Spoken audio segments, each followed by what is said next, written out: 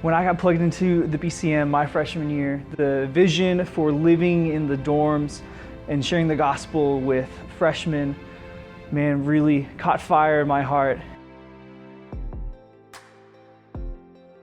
One of the guys that I met really stood out to me. His name was Jayden.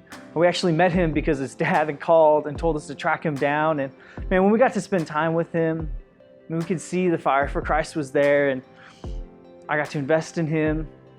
And that next year, he lived in the dorms with me so that he could reach freshmen too, and he could share the gospel. And man, he did.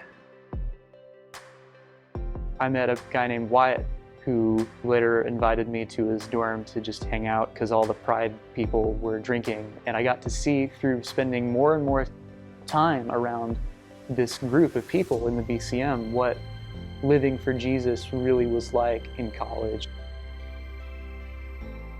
I'd grown up in church, but I hadn't ever come to know Christ.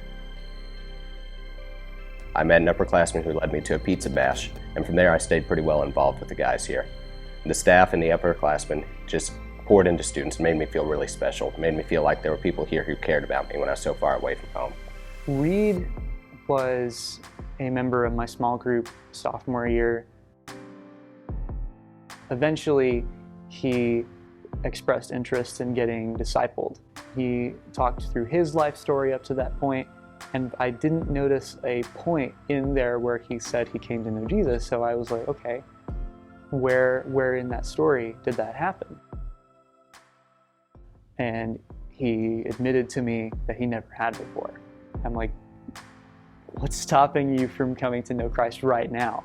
So he said nothing. He said he'd been waiting for this his whole life. Man, it's amazing to think about when Paul was talking to Timothy and he says, well, you've heard from me in the presence of many witnesses, and trust to faithful men who will be able to teach others also.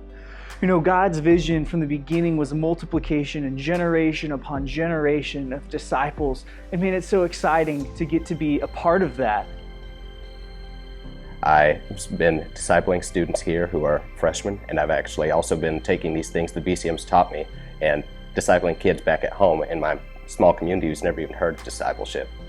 In short, it's through the people here at the BCM who have dedicated their lives to changing students' lives and winning lives of Christ that has completely redirected my entire life.